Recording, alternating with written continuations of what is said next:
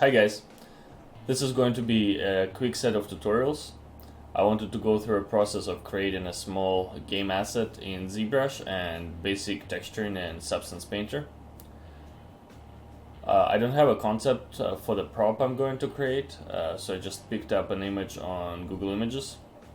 Texture, import, and choosing my image. Press an Add to Spotlight button to add it to the spotlight. Here's our prop. It's a goblet, really simple yet with some intricate details. I'm pressing Z on the keyboard to hide the spotlight and I'm ready to go. One thing to keep in mind though is that if you're using Spotlight for references like this, ZBrush has a thing called Spotlight Projection, which means if you're applying strokes while your reference is on top, covering your model, ZBrush will try to project the details in the reference onto your mesh. Very useful on texturing, but really annoying when you just need a reference. I'm going under brush samples and disabling spotlight projection. I'm grabbing a cylinder primitive. When you pick an item from this list of 3D objects, they aren't actual meshes. They're more like templates for your 3D shape. You can adjust and change their topology and the initialize tab. I'm setting the number of subdivision to the lowest amount I would need to create this goblet shape. 8 sides, 12 loops. Press and make Polymesh 3D to turn the object into a 3D mesh. I'm activating radial symmetry, setting it to 8 since we have 8 sides. My up axis is Y, so making sure letter Y is selected. Now I'm using Move Brush to quickly match the silhouette as much as possible.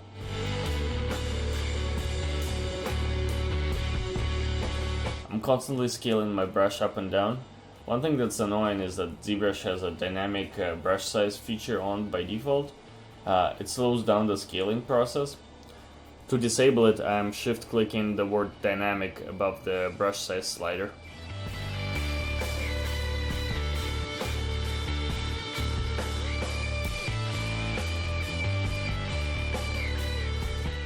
Now that I'm happy with the shape, it's time to crease some edges. I'm going to be using dynamic subdivision. When I press the dynamic button, you can see my entire mesh gets smoothed out. I don't want that. I'm grabbing my zmodeler brush and choosing the crease option and edge loop complete target. Creasing myself a few hard edges. Now when dynamic is on, creased edges maintain their hardness. Now grabbing inset command and inset region modifier, insetting the goblet cap.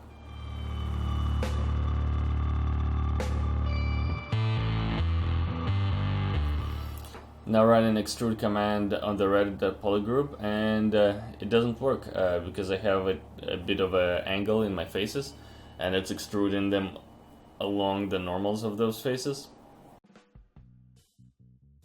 Instead, I'm control clicking with transpose move to mask the red polygroup and control shift dragging the middle circle to extrude the region down. The wall of my cup is a bit too thin. I'm scaling the red polygroup down and extruding again.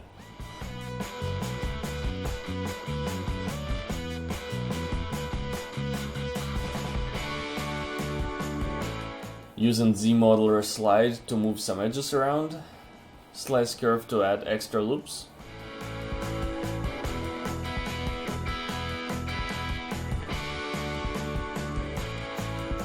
Running extrude flat island on the bottom face to add some thickness to my base.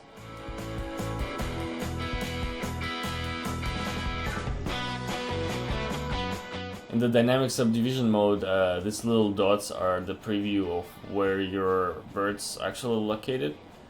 You can use them as handles to grab and modify the shape. You can also add extra loops in areas like this with the bevel command.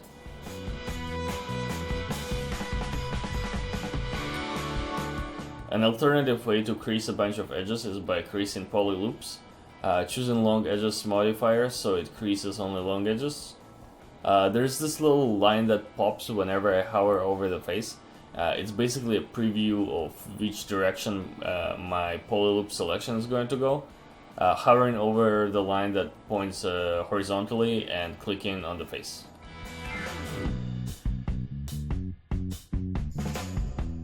Adding a couple more loops and extruding out the thick piece with QMesh. QMesh is basically Extrude but with some additional functionality. Here I'm QMeshing the top poly loop and it starts to automatically merge faces. I don't want that, so I'm pressing and holding shift to force move it.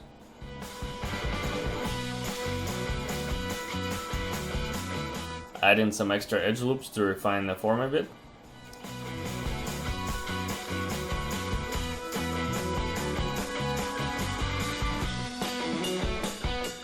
Add in more loops, and now with QMesh I'll extrude this poly loop in, and this one will go out. I need to crease this new poly loops, so I'm control clicking on the new poly group, hiding the stuff I don't need, and now hitting crease command. This will crease border edges only. Pressing dynamic subdivision button and I get this out of bounds UVs error. So I have this nice fix mesh button right in my UI. It can be found in geometry subpalette with the default interface. I'm switching some creased edges around here.